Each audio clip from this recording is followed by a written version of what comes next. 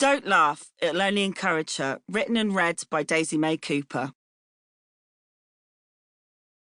Introduction. When things were really bad, Mum would always say to me, "Don't worry, it'll be a good read for your memoir one day." I suppose that's a weird way of coping, isn't it?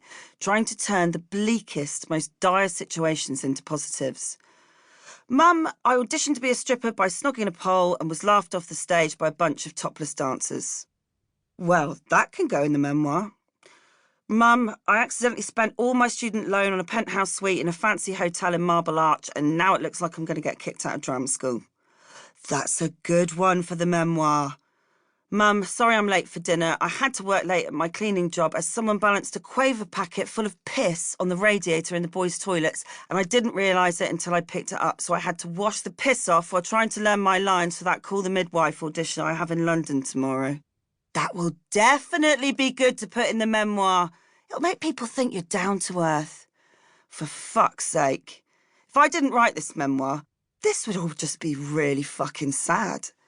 But faced with the boredom of the national lockdown, going on the same walks and baking banana bread day after day, I decided to write some of it down. The more I wrote, the more I felt like I was writing sketches for the Chuckle Brothers.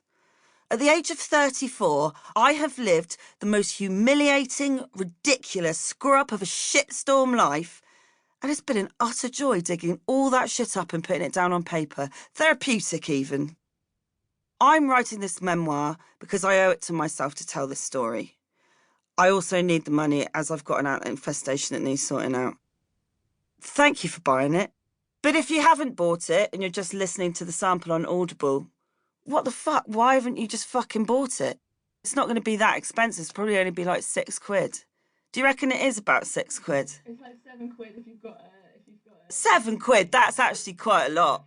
That would make me not want to buy it. Fuck's sake. That's a lot. Yeah, well, that's just if you've got a bloody, subscription. Otherwise it's £16! £16 That is fucking extraordinary. Fuck me. Chapter 1, The Borrowers.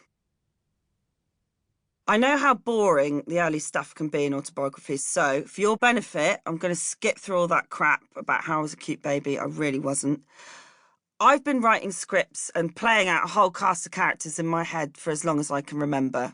To me, it's as normal as breathing. To psychiatrists, it's a pathological disorder that needs to be addressed.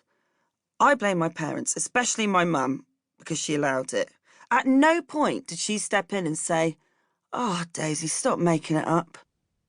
Thankfully, I finally managed to build a career out of talking utter bollocks.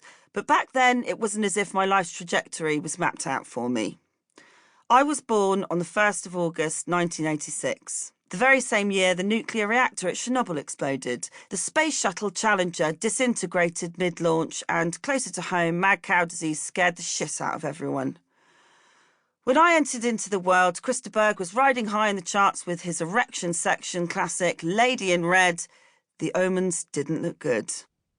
Besides, life isn't easy when you live with a constant chatter of voices. It was so full on that I never wanted to play with other children. The characters in my head were just company enough. This did worry my parents, but I didn't give much of a toss about having any friends. Who needs them? By the time I finished nursery, I had a largely telepathic relationship with a pet rabbit who lived in the hutch in the playground. We could communicate non-verbally for hours, mostly about Care Bears and about how Mrs. Keynes was a tight bitch when it came out to handing out biscuits at break time. It was enough. At home, living in the Cooper household was like growing up in Aladdin's cave.